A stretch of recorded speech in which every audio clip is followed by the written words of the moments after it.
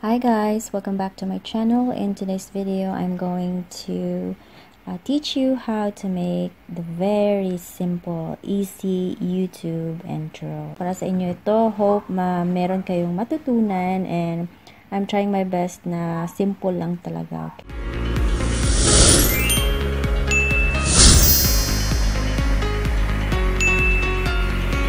In this video, ginawa kong yung intro. Ito na yung Anakay. Okay? Very simple lang siya. So, what are the things that we need para sa ating intro? Okay, dapat meron tayong background, may picture tayo, at may transition, at saka text para sa title. Okay, yun lang. At saka also, kung meron kang software na magagamit. Kasi parang itong ginawa ko, parang every software meron ito. Ma-phone man o ma-CP, ma-laptop, kanyan. Ang software na ginamit ko pala ay Cyberlink. Okay, Power Director. At ito ay version 16 pa. So, hindi siya bago. Turo ko sa inyo ng step by step. Okay, sana meron kayong matutunan. Okay, sa umpisa, ang gagawin natin ay maglagay tayo ng background. Okay. So, also dapat pala yung format ng dapat 16 by 19. Okay. So, meron tayong dito sa right side, right side, sa left side, yung mga, gagawin or mga, tawag dito, mga parts sa video o sa parts ng intro, okay? So, meron tayong dito background, meron tayong picture, tsaka meron tayong transition, okay? Sa mga transition, marami guys kayong makukuha, okay? If you type sa YouTube, i-type nyo lang yung green transition. Marami dyan na free. I-download nyo lang. Okay? Sa ito, ini-extract ko lang to siya guys. Hindi ko din-download, okay? Kasi ito, sa baba.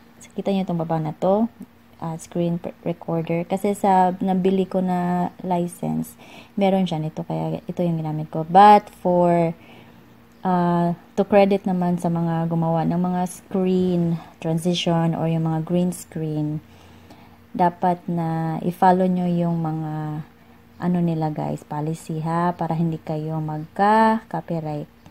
Alright, so, pisahan na natin. So, maggawa tayo ng background muna, okay?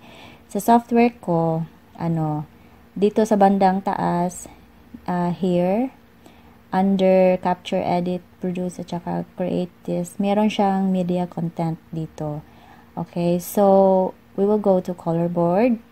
Saka, ito yung mga colors na nandito, okay?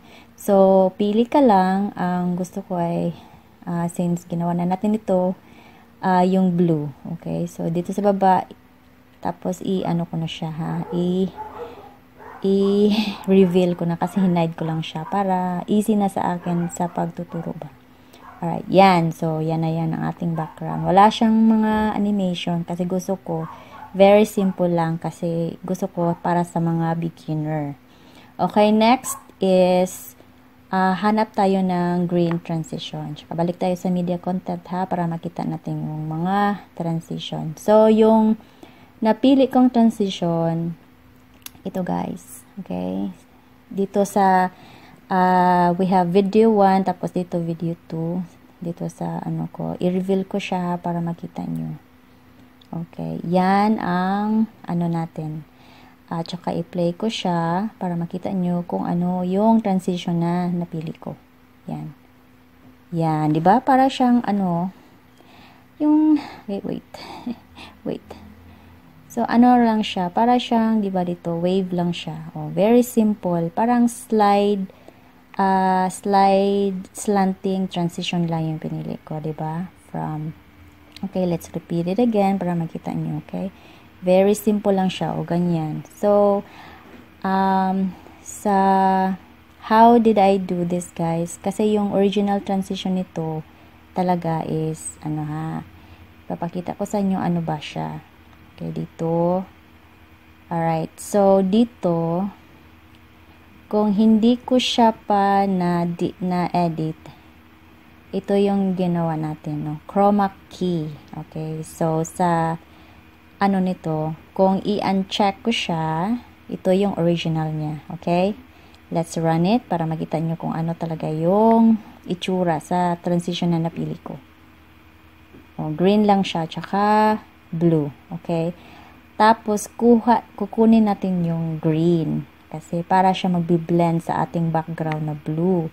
Kaya i-click ko tong chroma key, ganyan.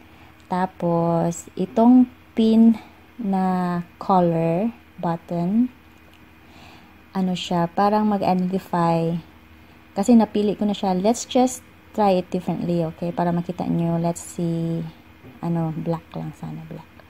Parang hindi ko ma-black okay na lang din yan. Okay. Let's say blue. Ayan. This is the original, okay? So para makita nyo, this is the original transition. Okay, play natin ha. Ulit. Yan. So, green tsaka blue. Okay. So, kukunin natin yung green transition para mag-blend sa ating blue. Okay. So, we'll click this button right here. Ganyan. Tapos, yung point ito, yung pointer, ilagay mo sa screen. Tapos, i-click mo siyang ganyan. Diba? Nagiging blue na siya. And when you run it, bam! Diba? Nawala na yung green. Para na siyang nag-blend, no? Ng maganda. Okay? So, yan na. Very simple lang yan. Yan ang first transition natin. So, what are we going to do next? Okay? Hanap tayo ng picture na So, napili ko siya, guys. Si Ana Kai. Yan, si Ana. Okay. Ito yung ginawa kong photo editing tsaka motion portrait ni Ana. Very simple. If you want to know how I make this photo edit tsaka how to make the picture move, ilink ko lang sa taas, guys. Yung first is how to crop or how to edit your background. Tapos how to cartoonify it. And then the next one is yung motion portrait. So, video na ito, hindi ko na lang siya explain kasi diba meron akong video noon. So, you just have to follow that video, guys, okay? Madali lang siya naman. Kung beginners ka, cut out mo lang yung picture. Tapos, i-move, wag na masyadong, lagyan ng mga ibang mga effects dyan. Kasi ako, itong ine-edit ko siya. Pero, kung beginner ka lang, cut out nyo na ng picture. Tsaka, edit nyo ng konti. Maybe saturation, ganun. Or, yung exposure, tsaka clarity. Yan lang, tatlo. Okay, yun lang muna pag beginner ka. Okay, para madali sa'yo. Tapos, yung motion portrait, guys, meron na rin akong video. I-follow na nyo din yun. Kasi, yung program na motion portrait, madali lang. Given na yun sa, sa program, kaya madali lang siya. And the best thing is, ito na lang yung white background na lang, okay, para madali. So, itong picture na to, okay, so let's start na, i-add na natin ito sa ating video, okay. So, I will insert it. Okay, ito na. Above this one is, mayroon akong nilagay na parang effects to siya, guys, Itong 3 na to, ito effects, pero mamaya na yan, okay? So, picture muna tayo, okay? So, I have a picture here. Okay, diba? Ito yung original. Okay, tapos ito ang how did I do that, guys? Simple lang siya, guys. Kasi sa sa software ko, meron siyang masking. Okay, so, punta lang ako sa designer. Tapos, under sa mask, dito, guys. Ito yung pinili ko na circle. Okay, so, let's change it a little bit para makita nyo kung anong difference, ha? Ayan, diba? Square. Tapos, ito, square pa rin. If you want a heart, it's the heart. Tapos, ito yung star. Diba? Iba-iba siya. Okay, so, yan. Ito yung gusto ko, circle. Okay? So, yan lang. Very simple lang siya. Tapos, yung yung position niya, change ko na rin, ha? Para, maayos ba? Okay? Dapat center siya sa, ano ba, sa screen, something like that. So, mas mabuti kung to make it really like center, you have to get, you need to have yung grid lines para sure na center siya. Okay, so dito tayo. Oh, oops, sorry. Hindi yan. Wait. Where's the grid line? Hindi ko na naano ha. Parang hindi yata dito guys. Ito, grid lines. Okay. None siya dito kasi sinet ko na siya. Pero, para makita nyo, let's do 7x7. See? Meron siyang mga grid lines dito, di ba? Para ma-check mo talaga yung yung distance niya from the center and stuff. Sa akin, hindi ko siya center kasi meron akong elements sa likod ng picture na ito. Yung parang animation na a little bit. Okay? So, yan. Okay? Alisin muna natin yan para hindi magulo tingnan. Okay? None. Okay? Then, okay. So, yan na. Okay. Diba? Kung i-play ko siya from the start, okay? Ganyan. O yan, transition na siya, 'di ba? Tapos picture, gumalaw lang siya. Okay, wala ngang dito guys, wala ngang animation sa ating picture. No, 'di ba? Wala siyang animation. Okay, let's repeat it. Oh, wala. Ano siya? Para lang siyang nag-appear lang. Kasi gusto ko simple lang para matutunan niyo ba. Tapos yung picture, 'di ba? Simple lang siya, nagbi-blink lang siya. Okay? Madali lang 'yan, guys. Basta motion portrait lang, madali lang. Okay, next one. Lagyan natin para magiging kaakit-akit naman siya, no? Lagyan natin ng mga, ng elements. Tawag ito. Or overlays ang tinatawag. Okay? So, mga overlays, hanapin nyo lang talaga sa YouTube, guys. Type nyo, YouTube overlays or elements. Ganyan. Or particles. Ganyan.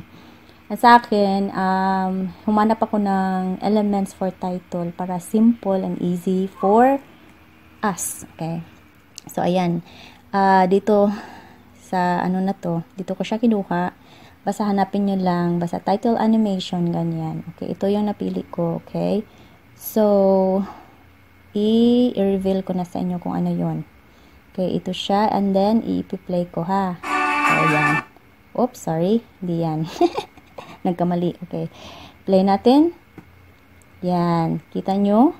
Yan. Okay, so i-hide ko muna si Ana ha. Para makita niyo in the beginning kung ano siya talaga. Okay. So, yan siya guys. Pack, 'di ba? Square, tsaka movement.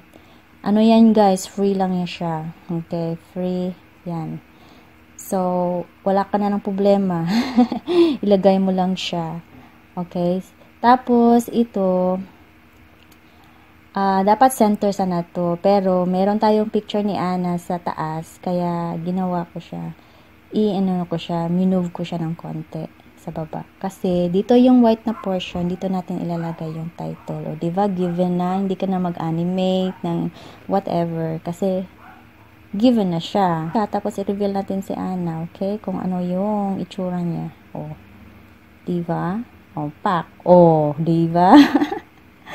So, ano na ngayon ang last natin na gagawin? Of course, yung title, di ba? So, again, ulit natin. Okay, dito, di ba makikita mo na meron siyang white bar dyan. So, dyan mo ilalagay yung title, okay? So, yung title, ikaw na ang bahala dyan, okay? So, yung pinili ko, guys, i-reveal ko na sa inyo, ha? Ganyan lang siya. Oh, di ba? Ano lang yan? Sinulot ko lang siya, no? Ganyan. Basta wala nga siyang mga shadowing, border, wala. Simple lang siya. Name lang ni Ana, tsaka ano ba yung font ginamit ko dito? Vinerhan ITC. Yun lang. Walang yung niya, effects, tingnan natin kung ano. Wala oh. Ano lang siya, nag-appear lang siya. Hindi ko siya binagyan ng mga effects or animation sa pangalan niya. Basta simple lang siya para ma-copy nyo or masunod nyo. Okay? Kung sanay na kayo sa mga edits ng mga title or animation ng title, sige gawan nyo para magiging powerful yung intro. Okay? So, ayan na. Tapos na siya. Yun lang, guys. Madali lang siya, diba? Tsaka, lagyan nyo na rin ng music. Okay? Ako, hindi ko na lang siya nilagay ng music. Okay? Kasi sa inyo na yan kung anong gusto nyong mga music. Okay, so yan na ang ating YouTube intro na napakadali. I hope meron kayong na-learn dito. At sorry sa ingay.